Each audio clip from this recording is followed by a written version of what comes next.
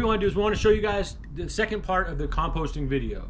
The first part we showed you, basically we're trying to explain how to create the buckets, how to get the compost going, and then there was a little confusion. So we want to clear some confusion up so that way you're going to be ready to go and you're ready to start composting. The first thing is that one term that we talked about last time that I wanted to explain is substrate. The word substrate, sub, right, below, right? Basically, you're talking about the soil. Like it's the stuff in the soil, right? So if you're this substrate in the bucket, right, it's just going to be all the stuff on the bottom, okay?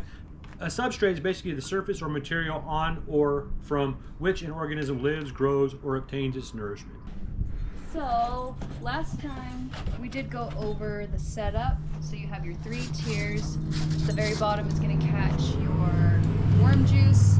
Second is going to be, you know, kind of, you're going to alternate between the second and top bin. So we have some eggshells here. Oh, a few critters got to the bottom, but that's fine. Oh, I don't know what they are, but hey, it all came from the food. We did put some soil in there too, right? So some of that came from the garden bed as well. So this is the second, that was the second bucket I just put back in. That's one that Sharon, am I correct? That was the one that has the most of the stuff at first? And then you and it has holes. There's holes in the bottom down there. Yep. Now, were the holes in the bottom bigger on that one or bigger on the top one? Bigger on the top because you want your worms to be able to go to travel between the top 2. So the worms have like a they have like a 2-story house in there. Okay, yeah, maybe much. a 3-story house. Shoot, they got to go to the bottom dungeon at the end, right? They fall to the bottom. Yep, and we'll just use this as a learning lesson too. So eggshells like this, you could put them in whole. Oh boy, she puts her hand in there again. Okay, it's just gonna take some time to break down. Okay. So what I do, and I can show this in another video. I let these fully dry out. I put them in a coffee grinder, and then you get powder.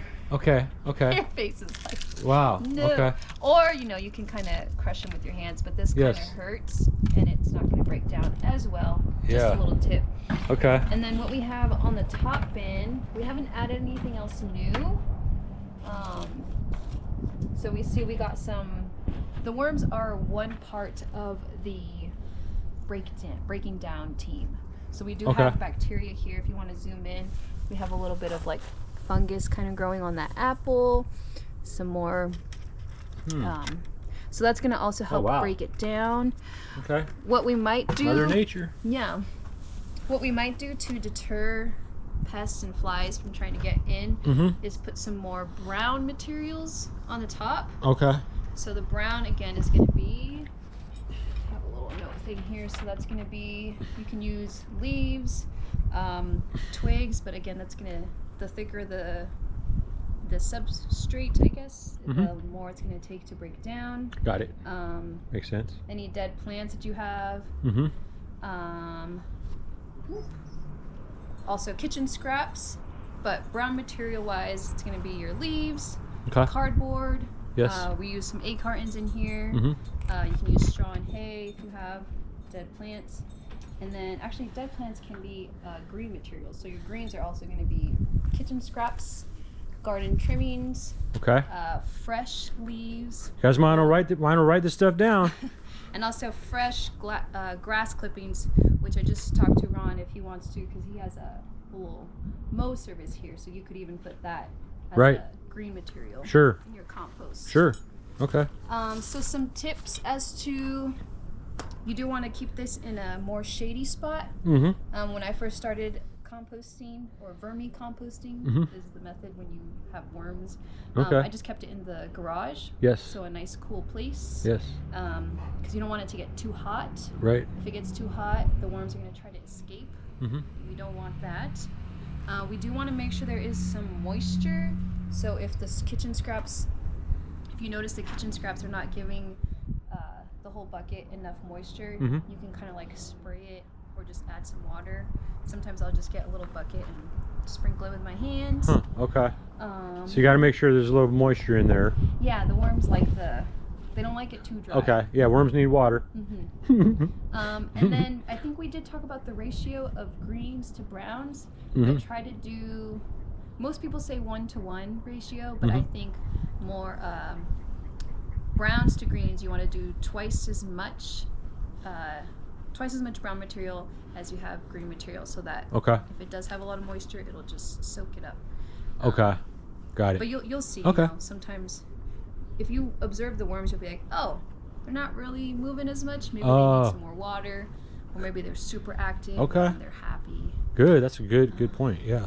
Wow. Okay. And I think that's.